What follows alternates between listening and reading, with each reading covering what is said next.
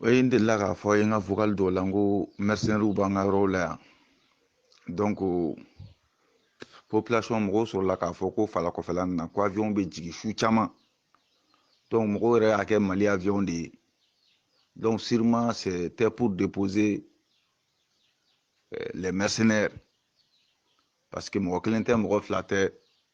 il y a eu des villages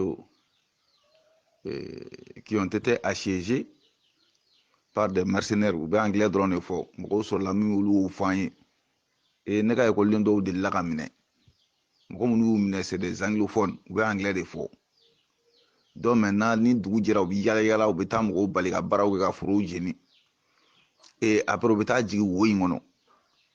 et n'u taama n'u ka mission banna avion bɛ n'u ta ka taa n'u ye voilà donc vraiment an bɛ Mali sɔrɔdasiw fo u ka baara la n'a tun fɔra ko nin dingɛ in bɛ ɲɔnɔ kɔnɔ yan ne tun tɛ da la mais pourtant c'est vrai dingɛ mobili 60 bɛ jigin a kɔnɔ dingɛ i b'i si kɛ a kɔnɔ a bɛ ko so mɔgɔ t'i ye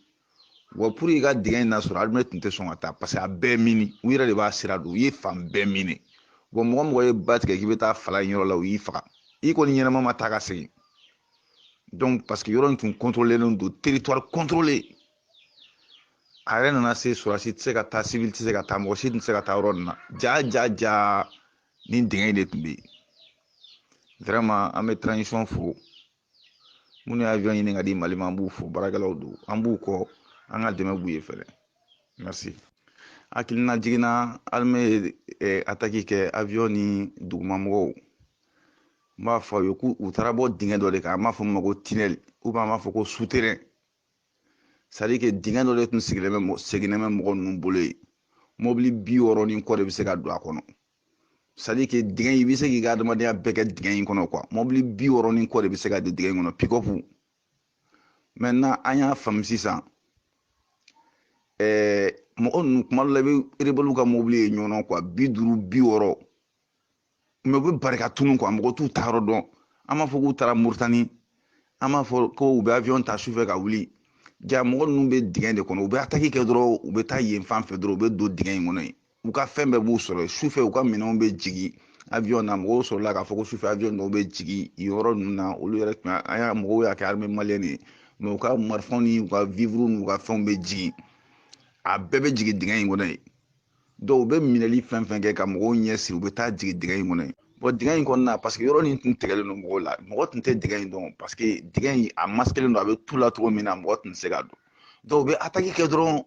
sɔrɔdasiw b'u gɛn dɔrɔn sɔnni bɛ se dɔrɔn u bɛ tunu donc u bɛ taa jigin dingɛ in kɔnɔ quoi a y'a jateminɛ mobili 60 mobili 70 mais kunnafonidilaw y'a yira n na k'a fɔ wagati min na Jawali bɛ attaqué mɔgɔw bolila wagati min na parce que an y'a ye sɔrɔdasiw ka mobiliw tɛmɛna ani pelles c'est à dire que dingɛ seginna ninnu ani MINUSMA pelles ninnu ni fɛn ninnu dingɛ seginna ninnu olu de tɛmɛna ka taa yen fan fɛ jateminɛkɛlaw y'a fɔ donc mɔgɔw bolila population bɛɛ bolila o temps kɔnɔ dɛ dingɛ nin de seginna n bɛ a fɔ aw ye hali bi de mobili 60 ni kɔ de bɛ don dingɛ in kɔnɔ dumuni b'a kɔnɔ balow b'a kɔnɔ fɛn bɛɛ bɛ dingɛ in kɔnɔ c'est à dire i bɛ se k'i ka ɲɛnamaya kɛ dingɛ in kɔnɔ ka ban quoi mɔgɔ t'i ye o dingɛ de bɔra Jabali yan fan fɛ an y'a jateminɛ u bɛ na u bɛ mobili 50 la mɔgɔw b'a kɔnɔ u bɛ na dugu dɔw ci ka taa sɔnni bɛ se dɔrɔn u bɛ tunu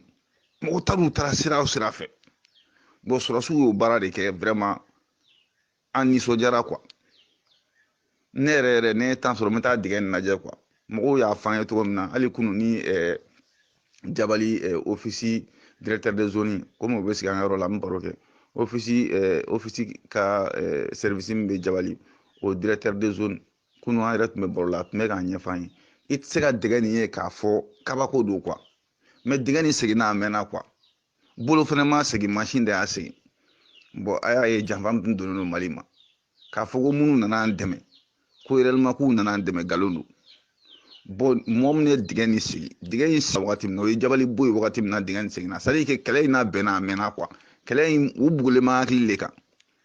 a kɛra Faransi o a kɛra mɔgɔw fɛn fɛn k'olu bɛ Mali kɔnɔ bi fo ka tɛmɛ an ka nouveau partenaire ninnu na a bɛɛ nana de pour que ka Mali sigi a sen sabara kɔnɔ voilà an bɛ fɛ k'o de fɔ a ye